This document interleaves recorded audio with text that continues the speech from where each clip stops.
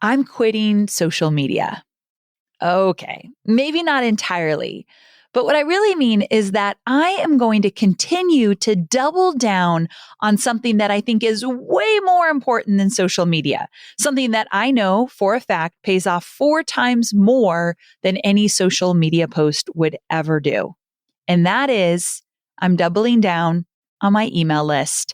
I mean, let's be honest, I've been doing that for years and years, right? But I just see a need for it now more than ever. Making your email list a priority over social media is essential. And here's why. With social media, you could lose your followers in the blink of an eye. On top of that, their algorithms are ever changing and almost impossible to keep up with. So when it comes to scaling a business, an engaged email list is the most reliable way to do so. Now, I don't say that lightly because I know that it can be frustrating growing an email list. It takes time. And yes, at times it feels very slow, but I've got your back. With years of experience growing my engaged email list, I've learned a thing or two about how to overcome these frustrations, and I've decided to reveal them to you in my free masterclass, Why Growing Your Email List Feels So Dang Hard and What to Do Instead. So in this class, here's what you'll learn. My simple 5-minute, you now have content for 60 days strategy, and how to create lead magnets that make your audience say, this is exactly what I need. And why your list size doesn't matter, and how a small but mighty community can actually work in your favor. And my top strategies for turning social media followers into paying email subscribers. And not to mention so much more. So to shift your focus on something that actually matters more in your business, aka your email list, head to amyporterfield.com/email list. That's amyporterfield.com/email list to grab your free spot in my upcoming masterclass. Let's start growing that email list, scaling your business, and creating momentum together. I'll see you there. Looking to the past does not serve me. And instead, I need to just keep moving forward and be present as possible. Mary Engelbright has this great saying. She says, don't look back. You're not going that way. And I love that. Don't look back. You're not going that way. I'm Amy Porterfield, ex-corporate girl turned CEO of a multi-7-figure business. But it wasn't all that long ago that I lacked the confidence, the budget, and the time to focus on growing my small but mighty business. Fast forward past many failed attempts and lessons learned, and you'll see the business I have today. One that changes lives and gives me more freedom than I ever thought possible. One that used to only exist as a daydream. I created the Online Marketing Made Easy podcast to give you simple, actionable, step-by-step strategies to help you do the same. If you're an ambitious entrepreneur or one in the making who's looking to create a business that makes an impact and a life you love, you're in the right place, friend. Let's get started. Well, hey there, Amy here. Before we dive into the show today, we have some exciting news. As of this month, Online Marketing Made Easy is officially part of the Hubspot Podcast Network. Something we love about the Hubspot Podcast Network is all of the inspiring shows that are dedicated to helping professionals learn and grow, especially online entrepreneurs. If you love our show and want to check out other shows like us, we definitely recommend checking out the Gold Digger podcast and My First Million. Check out all of these shows and more at hubspot.com/podcast network. Well, hey there, friend. Welcome back to Online Marketing Made Easy. I wanted to check in and first just see how you're doing. Are you ready for the holidays? Are you ready for a little break? Are you going to spend some time with your family? Maybe take some time to recharge? For me, I'm really looking forward to taking time to relax. What we do at Team Porterfield is right before Christmas Eve, we take off the rest of the year. So we take off basically that last week of December.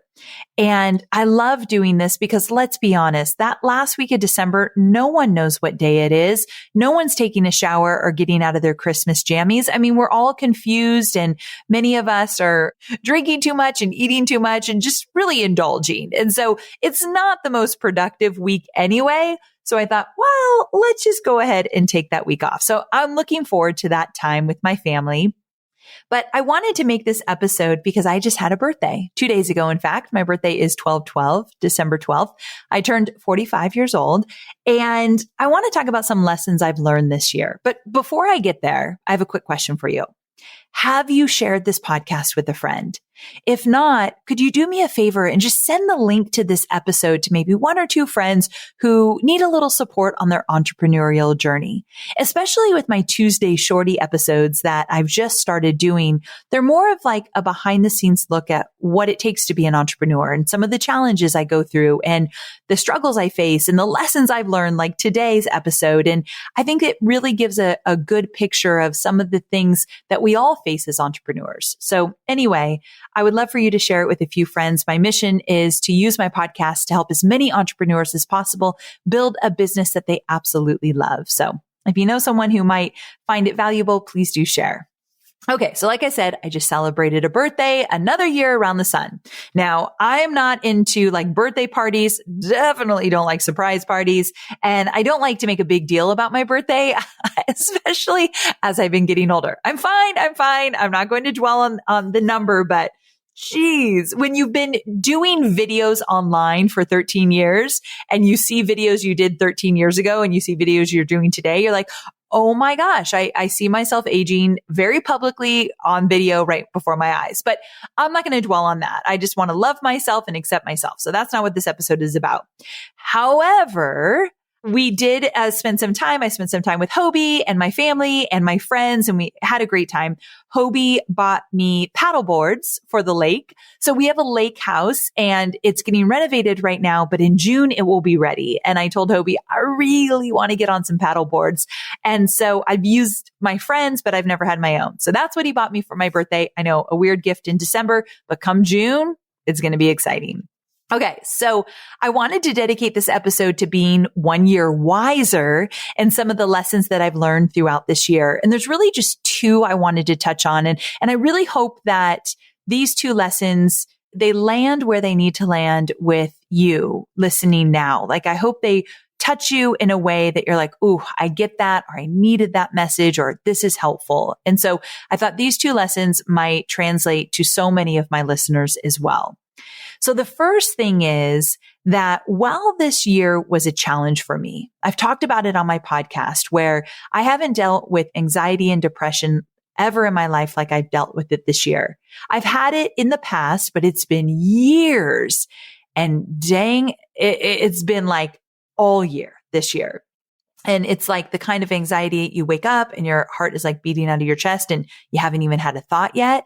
And then this low level depression that's like this dark cloud just follows me around no matter how good my life is. So I talked about this on a podcast. If you want to hear kind of what that looks like, I'll put it in the show notes. If you want to hear kind of what that challenge has looked like this year, I mean. But what I wanted to talk about today is even though I've had some struggles, I don't want to waste those struggles. And so I really started to look at them and say, like, what are the profound lessons that I've learned from this year? And one of the things I've noticed is no matter how far you've come, I think we all get to a season where it feels like we've taken a step back and maybe even reverted to old habits, or noticed old mindset gremlins that don't serve us. And these mindset gremlins just start creeping in. And one of the biggest lessons I've learned this year is that I've got to give myself some grace and remind myself that it doesn't serve me to live in the past. And here's what I mean. So it doesn't serve me to say, oh, I remember when I had, my emotional eating under control. I remember when I was definitely many pounds lighter just a year ago. I remember when I did that webinar and I converted at X%. And this year I didn't do as well. Those kind of things that come up. And for me, it definitely was around my mindset. I remembered when my mindset was stronger. And I remember when I wasn't indulging in the habit of emotionally eating. Two things I've really dealt with this year. And I kept like looking back. I would look at old pictures of when I was thinner. I would think about when it felt easier for me to launch or easier for me to come up with strategies and things just kind of clicked better. And I would look back at past years and I would dwell on that. And I noticed that came up a lot this year. And the lesson for me is that looking to the past does not serve me. And instead, I need to just keep moving forward and be present as possible. Mary Engelbright has this great saying. She says, "Don't look back. You're not going that way." And I love that. Don't look back. You're not going that way.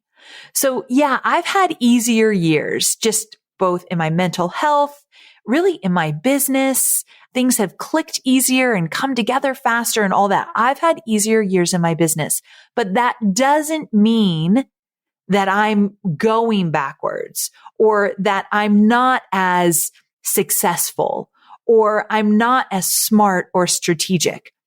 It's just life. This happens sometimes. And it's easy to look back at how things used to be and think that they should be that way right now. But who says? Who says they should be that way right now? And in addition to that, I have a good friend that reminds me that not every day is supposed to be roses. Not every season in your life is supposed to be good and easy. So that leads me to my second lesson. So my first lesson is don't dwell in the past. Don't keep looking back. Be really present for what's happening now because there's lessons in growth in the here and now. And for some reason, these challenges I've had this year, they're here for a reason. God doesn't make mistakes. These are here for a reason. And so I'm going to nurture them and address them and be present with them and learn from them so that I can continue to move forward. So I'm working through my emotional eating again. I'm working with the therapist again. I'm giving myself time to be more creative and more strategic because I need a little bit more time. I need a little bit more space than I have in the past. That's okay. But I'm very clear about what I need and what I want, and I'm making that happen, no matter if it feels a little bit more rockier than normal. The other thing that I want to talk about is seasons in life. And that's a big lesson I've learned this year. So remember that without a really cold fall and winter, or without a spring that rejuvenates us, we never get to the summer of life or of business. So we have to lean into the seasons of our life. So yeah, I had a dark season. That doesn't mean that I haven't had really great moments. Like yesterday, I just had a really good day. I did. I just had a really good day. I connected with Hobie in just like a really awesome way. I got all my work done. I had some really great meetings. We got to watch Yellowstone, which is our favorite show right now. It was just a good day. And I'm still in that kind of little dark season. I think I'm coming out of it for sure, but I still feel it lingering. But that doesn't mean that I can't find the good and I can't be grateful. So dark seasons, cold seasons, they happen. It is life. Seasons of life happen. And I just needed to acknowledge that. Again, giving myself grace. So when I'm in a season that isn't my most desirable season, I'm just going to be present there, knowing that this too shall pass. When I was really little and I would struggle with things, my mom would always remind me, this too shall pass. And I really do believe that this year, I'm going to come out of it with massive growth. I'm going to come out of it feeling really proud that I got through that. And I'm also going to be reminded that some of the things that didn't work as planned this year actually will turn into huge successes in my future because I feel compelled to change things and work on things and be creative to manifest different things in my life. Like I feel really compelled to figure out what's going to work for me and what works in my business because there's some stuff that just hasn't felt right this year. So I'm going to use what doesn't feel good, what doesn't feel right, what feels messy, what feels sad. I'm going to use all that and be present for it and say, well, then Amy, what do you want? I think that's a really powerful question, something I've learned this year and I've really used it. What do you want? So if you feel sad or unhappy, or you're not satisfied with where your business is or what's happening, or if you've had some quote failures this year, what do you want? I don't care if you're listening to this in December when it airs or June, 6 months from now. If there's some things in your life that just feel off, what do you want? What do you want? The reason I keep asking that question is that I don't think we ask it enough. And what I really mean by that is I don't think we answer it enough. I want a business that is thriving and feels easy and is exciting. That's what I want. I want students that are getting huge, massive successes in their online businesses. I want a book that comes out in about a year to get into the hands of as many people as it needs to get into the hands to help them change their lives and to serve them in big ways. So if I get clear about what I want, the next question I want to ask myself is, all right, so what do I need to do? Because when you get into action, action creates clarity. And for me, I do have to feel my feelings. I have to be present with this dark season that I've been in. I need to acknowledge it. But then I need to allow myself to say, okay, so what do I want and how am I going to get it? And then I get into motion. And when I'm in motion, the depression tends to melt away. The anxiety is at bay. When I get into motion, when I get focused, when I get clear about what I want, things just feel better. So I guess what I want to say is don't be afraid to ask yourself every day, what do you want? And answer the question. And then follow it up with, so how are we going to get there? Because I believe you have everything you need inside you to have the success that you want. I believe I have everything inside me to get past this dark season and to go into my next year of life with more zest and more excitement and more happiness and more good days. I believe that.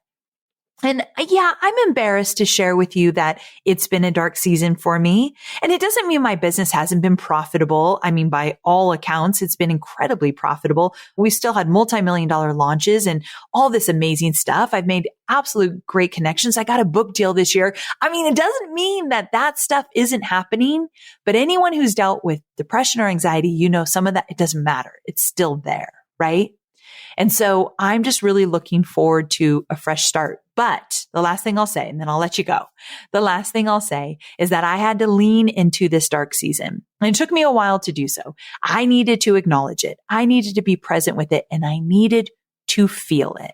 I needed to be sad. I needed to cry. I needed to confide in my friends and Hobie about what I was feeling. And I don't know if I mentioned this in another podcast, but this year I went to a place called Onsite. And it was the Living Centered program. It's here in Nashville and it's 6 days. And I think I mentioned this, but I can't remember. But anyway, it was just one of the things that I did for my mental health. And that really was something that helped me realize I got to feel these feelings. I got to be present with them so that I can move past them, learn from them and move past them. So that's what I've learned this year. I've learned a whole lot more, but I just wanted to share that with you. I really hope that message lands for someone that really, really needed it. Just remember a few quick things. Number one, we can't live in the past. No matter how good it was in the past or what you've done or where you've been, you're here right now today. Let's be present here. Number two, seasons of life are real. Some seasons are amazing and produce so much greatness and are exciting and happy. And some seasons are a little bit darker than we want them to be. We just have to acknowledge that and be present with that. Every day can't be great. And then number three, ask yourself what you want.